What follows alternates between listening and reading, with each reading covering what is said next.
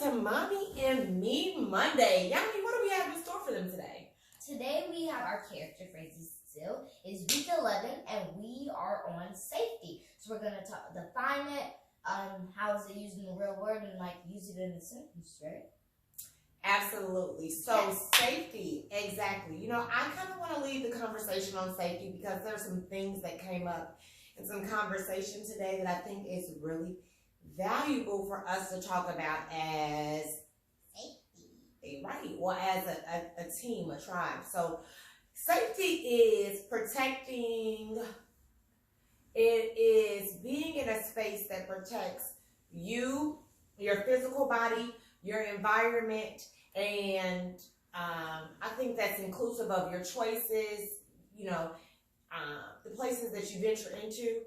I saw a quote the other day. It was really interesting. It was a little girl, and this is aligned with safety, and the doctor said she wanted to do something, like check her heart or something, and she said, you have to ask me, can you touch me first?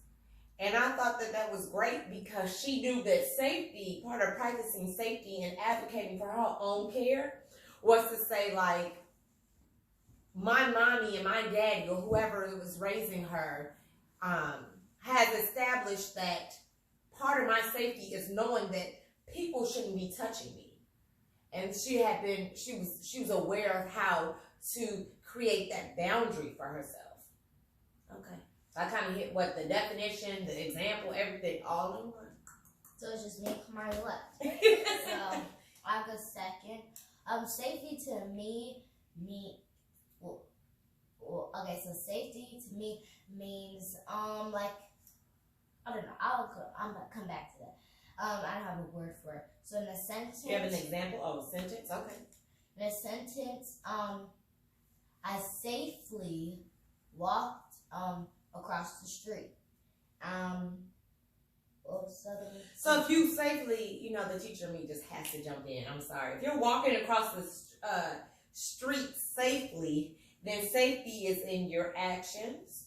It's in your choices, right? Yeah. Because how are you choosing to get across the street? You're choosing to get across safely. You're going to have to look both ways. You're going to have to pay attention to who's around. You're going to have to, there's so many elements in crossing a street, and then you choosing to cross at a certain time. So that street is a really good idea, I feel, because recognizing that crossing the street and being safe in your choices, your location, your actions, that you already have a working definition with your example if you think about it.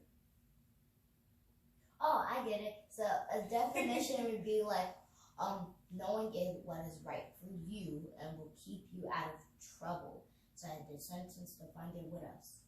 Your actions, your choices, and how you use it in the real world. How you use safety in the real world is to protect yourself and also survive.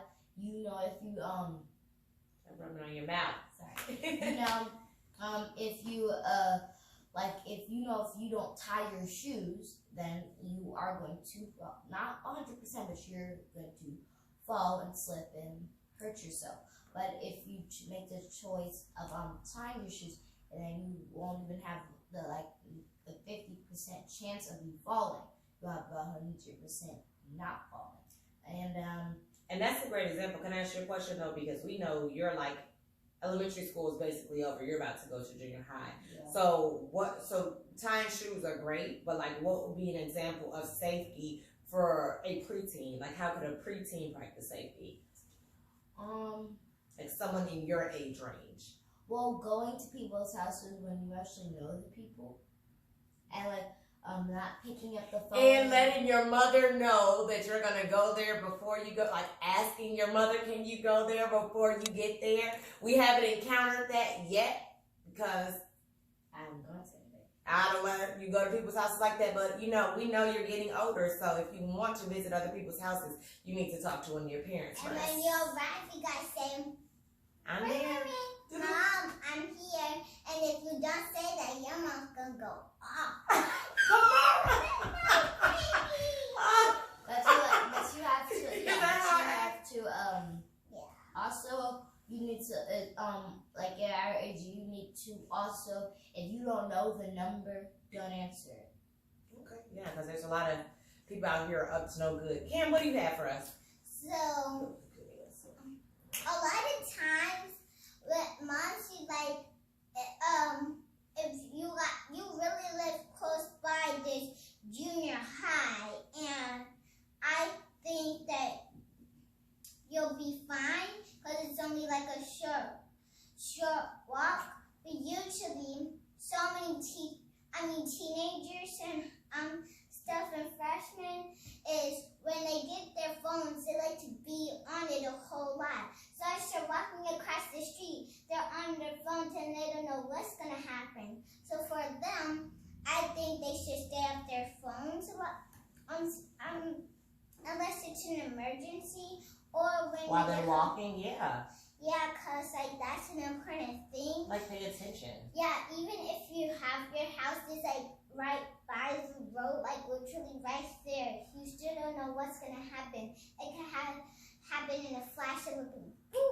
And you know what? Well, I love that example because I was talking about today with my students. Safety is not just about being on your phone, because obviously when you're on your phone, that's a distraction, but also something that I'm glad is coming up is that earbuds. You know, everybody's wearing earbuds and they're wearing like things to like listen to their conversation and listen to their music, and that's great. But the unsafe part of that is when you're walking, if you have earbuds in, you're not listening. Like one of your senses are not tuned into the environment around you, so you can't pay attention if someone's walking up behind you, or you're unable to pay attention to like the people around you. So a practice that I do, that I would encourage you all to do, is if you're out and about, if you're gonna wear earbuds, don't have your music blasting, because that creates like an unsafe environment, because now you're not able to really pay attention to your surroundings. And you always want to be able to pay attention to who's around me, what do I see, what do I hear, because that might help you to be more safe. Yeah. So there's so many different ways we can go into this. Also, one more thing that I just want to say is, you know, we've seen a lot of different things coming up with children. Part of safety is also what we allow ourselves to watch on the internet. So for us, we have like some pretty restrictive rules in our house about what YouTube channels we can go to, if we can even go to YouTube. The girls and I are pretty much at the space where I'm not really wanting them on YouTube. A lot of the things that they're seeking, we're looking for alternative resources, just because there's so much information on the internet, and I want their minds to be more readily available for what things they might encounter. So internet safety is certainly one, right? Because we know that there's so many things out there on the internet for you all and us. So safety, like as they target children, but to my grown members of the tribe, we know we have to practice safety by guarding our minds and our spirits, because there are things that we might see on the internet, in the space of internet safety, that might throw my spirit off, that might throw my mind off. And so being mindful of what I allow myself to look at, when I allow myself to look at it, all of those things are safety. Okay, but I know this is an important conversation. I'm so glad. Please drop your comments below if you have other thoughts. But before this video ends, I want to really make some time to acknowledge one of our fellow owners of this company is having a birthday tomorrow. The queen! Take that crown, your Well, hold on. highness.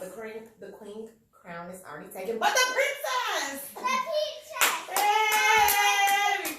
So let's talk about your birthday. So we have a birthday girl, and you all stay tuned for photos. If you're following her on the Sunkissed Sheetster page, we have photos of them. It's a safe space for girls and children to really connect. So happy early birthday to one of my favorite co-owners. I love being in business with you. I love being in business with you too. I just love you, period. I just love you, period. Period. Well, we'll see you every Mondays at 7 o'clock Central Standard Time. Remember to say thank you. Thank you guys for watching and viewing. We'll see you down at the comment